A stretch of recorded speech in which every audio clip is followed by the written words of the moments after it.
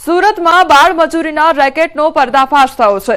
કુલ 5 બાળકોને પોલીસે મુક્ત કરાવ્યા અને 2 બાળકો ભાગીને પોલીસ સ્ટેશન પહોંચ્યા હતા। તો વરાછાના મહિલા પીએસઆઈની પ્રશંસનીય કામગીરી સામે આવી છે। બાળકો સાથે 5 કિલોમીટર ચાલીને ઘટના સ્થળે પહોંચ્યા અને પીએસઆઈની ટીમે અન્ય 3 બાળકોને મુક્ત કરાવ્યા છે। રાજસ્થાનના 5 બાળકોને ગોંધી રાખવામાં આવ્યા હતા। તો સાડીના કારખાનામાં કરાવવામાં આવતી હતી મજૂરી। તો સવારે 5 થી રાતના 10 વાગ્યા સુધી કામ કરાવવામાં આવતું હતું। બાળકો પાસે 17 કલાક કાળી મજૂરી કરાવવામાં આવતી હતી અને પોલીસે કારખાનેદારની ધરપકડ કરી છે। તો બાળ મજૂરીનો આ મામલો સામે આવ્યો છે। આખા રેકેટનો પર્દાફાશ થયો છે। સંવાદદાતા કીર્તેશ અમારી સાથે જોડાઈ ગયા છે। કીર્તેશ, બાળ મજૂરી કરાવવાનો આ મામલો સામે આવ્યો છે। આખરે કેવી રીતે આ બાળકો પાસે મજૂરી કરાવવામાં આવતી હતી, કેવી રીતે રેકેટનો પર્દાફાશ થયો? બિલકુલ, સુરતના અંતરિયાળ વિસ્તારો છે, શ્રમિક વિસ્તારો છે। આ વિસ્તારોમાં નાના બાળકો પાસે મજૂરી કરાવવામાં આવતી હોવાની સતત ફરિયાદો સામે આવતી હોય છે। ત્યારે 2 બાળકો પહોંચ્યા હતા વરાછા પોલીસ સ્ટેશન અને વરાછા પોલીસ સ્ટેશનની મહિલા પીએસઆઈ જે કામગીરી કરી છે ચોક્કસ બિરદાવવા લાયક છે। કારણ કે જે 2 બાળકો પછી મહિલા પીએસઆઈને પોતાની આ વીતી કહી હતી કે 17 કલાક કામ કરાવી તેમને 200 રૂપિયા આપી તેમનું શોષણ કરવામાં આવતું છે, જેને લઈને મહિલા પીએસઆઈ બાળકો સાથે 5 કિલોમીટર ચાલીને ઘટના સ્થળે પહોંચી હતી અને ત્યાં પહોંચ્યા પછી અન્ય 5 બાળકોને છોડાવવાની કામગીરી કરી હતી। ખાસ કરીને જી કીર્તેશ, સમગ્ર માહિતી બદલ આપનો આભાર। ઇલેક્ટ્રોનિક સાધન પરીક્ષા ખંડમાં પ્રવેશે નહીં અને તમામ ઉમેદવારોને સરખી તક મળે એટલે ઉમેદવારોએ 11:15 વાગ્યા સુધી પરીક્ષા કેન્દ્ર પર પહોંચવાનું હતું। સામાન્ય રીતે ઉમેદવારો દૂરથી આવતા હોય એટલે ક્યારેક 5-7 મિનિટ લેટ પડતા હોય છે, એટલે ઉમેદવારોને અમે કોલ લેટરની અંદર 11:15 વાગ્યા સુધી પહોંચવા માટે જણાવેલું, પણ સાથે સાથે અમે એસઓપીની અંદર 11:30 સુધી પ્રવેશ આપવા માટે કહેલું। એટલે 11:15 થી 11:30ની વચ્ચે પણ આવેલા ઉમેદવારોના કોલ લેટરમાં 11:15નો સમય લખ્યો હતો, છતાં પણ 11:30 સુધી ઉમેદવારોને પ્રવેશ આપવામાં આવેલો। 11:30 પછી આવેલા ઉમેદવારોને પ્રવેશ આપવામાં આવેલ નથી।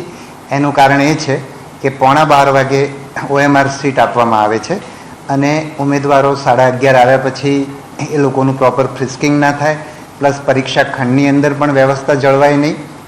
એટલે અને અમે એવી સ્પષ્ટ સૂચના આપી હતી કે જે ઉમેદવારો સમયસર આવી અને બેઠા છે એમને 11:15 થી 12ની વચ્ચે એમની સહી લેવી, એમનો અંગૂઠો લેવો અને વર્ગખંડ નિરીક્ષકની સહી, આ તમામ કામ પૂરું થાય જેથી કરીને ઉમેદવારો 12 વાગ્યાથી 3 વાગ્યા સુધી એમને પૂરેપૂરો સમય પરીક્ષામાં લખવા માટે મળે, એમને વચ્ચે કોઈ ખલેલ પહોંચે નહીં, એને ધ્યાનમાં રાખીને આખી વ્યવસ્થા ગોઠવેલી અને એનો મોટાભાગના ઉમેદવારોએ લાભ લીધો છે।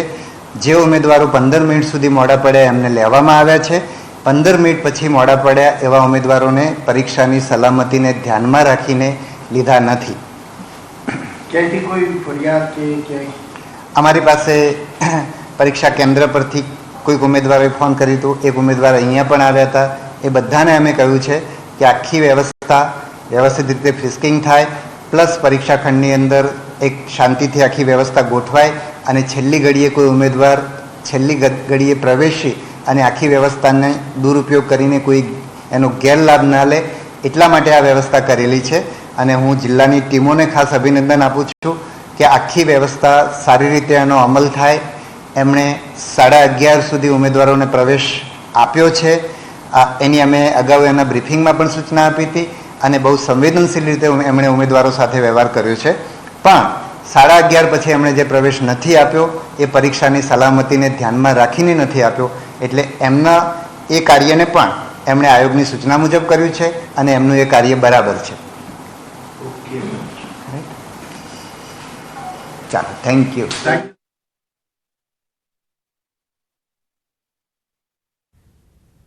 अन्य समाचार पर नजर करिए तो खंडणी वसूलवाना केसमां कांग्रेस नेतानी धरपकड़ करवामां आवी छे। सूरतमां आरटीआईना नामे खंडणी वसूलवाना केसमां धरपकड़ करवामां आवी छे। उधना विस्ताરના कांग्रेस प्रमुखनी धरपकड़ करवामां आवी छे।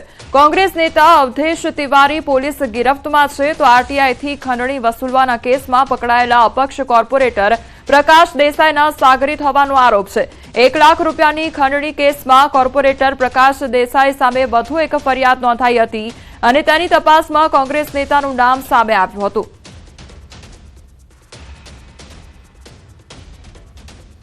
ગોંડલ હની ટ્રેપ કેસમાં પદ્મિની બાવાળાને રાહત મળી છે. કોર્ટે આરોપીઓના જામીન મંજૂર કર્યા તો પદ્મિની બા સહિત 4 આરોપીઓના જામીન મંજૂર કરવામાં આવ્યા છે. ગઈકાલે 4 આરોપીઓની ગોંડલ પોલીસે ધરપકડ કરી હતી તો મુખ્ય આરોપી તેજલ છૈયા હજુ પોલીસ પકડથી દૂર છે. ગોંડલના રમેશભાઈ નામના શખ્સને ફસાવી દેવાની ધમકી આપી હોવાની ફરિયાદ હતી તો 8 લાખ પડાવવા માટે આરોપીઓ દ્વારા ધમકી આપવામાં આવતી હતી અને રાજકોટની તેજલ છૈયા તેમજ પદ્મિની બાવાળા સહિત 5 વ્યક્તિઓ સામે B ડિવિઝનમાં ફરિયાદ નોંધવામાં આવી હતી. જે બાદ પદ્મિની બાવાળા અને તેના પુત્ર શ્યામ સંજયભાઈ રાયચુરા તથા હિરેન હિતેશભાઈ દેવડિયાની ધરપકડ કરવામાં આવી હતી.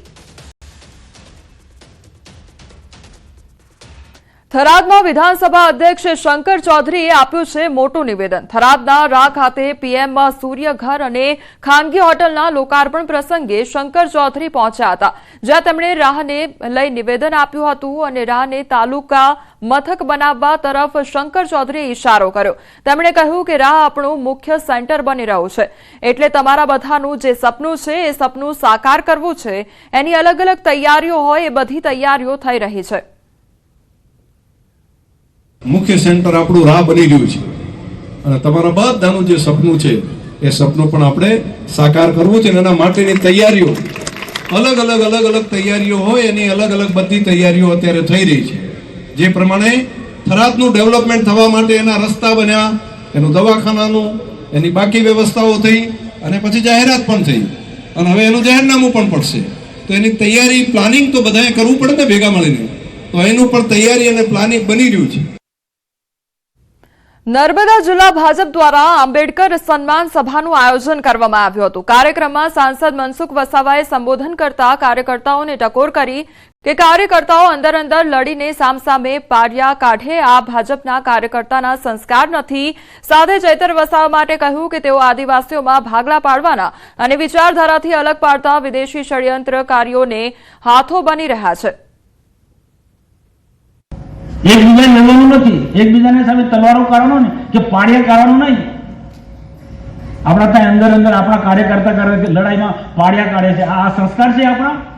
જિલ્લો બને આપણે ગૌરવ અપાયું છે સ્ટેચ્યુ ઓફ યુનિટી.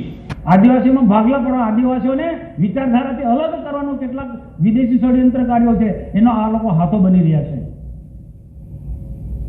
વિદેશી ષડયંત્રકારીઓ જે મણિપુરની જેમ આદિવાસીને અલગ રીતના ઉશ્કેરવાનું કામ કરે છે.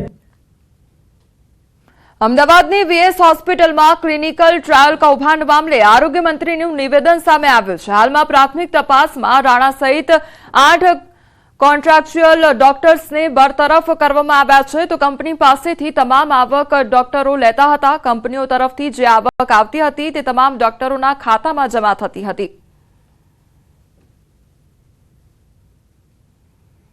%25-30% રકમ એ કદાચ ડૉક્ટરોમાં વેચાય અને બાકીની કાં તો 50% એ ડૉક્ટરો જ નક્કી કરતા હોય.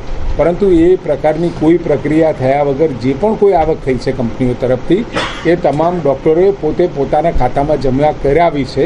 આટલો વિષય માલુમ પડ્યો છે અને એ તપાસના અંતે અત્યારે રાણાને પણ સસ્પેન્ડ કરી દીધા છે, ટર્મિનેટ કર્યા છે અને સાથે 8 જે કોન્ટ્રાક્ચ્યુઅલ ડૉક્ટર્સ હતા એ કોન્ટ્રાક્ચ્યુઅલ ડૉક્ટર્સને પણ તાત્કાલિક અસરથી ત્યાંથી બરતરફ કર્યા છે.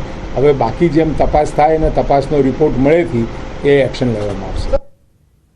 ગુજરાતમાં દારૂ ઘુસાડવા માટે બુટલેગરોનો નવો કિમિયો પોલીસને હાથ લાગ્યો છે. ભરૂચના અંકલેશ્વર હાઈવે પર ટ્રકમાં ઊનની આડમાં લઈ જવાતો ₹70 લાખથી વધુની કિંમતનો વિદેશી દારૂનો જથ્થો પકડાયો છે. સ્ટેટ મોનિટરિંગ સેલની ટીમે આ દારૂનો જથ્થો પકડ્યો છે. તો પોલીસે ટ્રકમાંથી ₹70.39 લાખની કિંમતની વિદેશી દારૂની 7,896 નંગ બોટલ કબજે કરી હતી. પોલીસે ટ્રક ચાલક અને રાજસ્થાનના રહેવાસી પિન્ટુસિંહ નટુસિંહ રાવતની ધરપકડ કરી છે. તપાસમાં ખુલ્યું છે કે તે આ જથ્થો ગોવાથી લાવ્યો હતો અને કચ્છના ગાંધીધામ પહોંચાડવાનો હતો. પોલીસે આ મામલામાં કુલ 4 આરોપીઓને વોન્ટેડ જાહેર કર્યા હતા.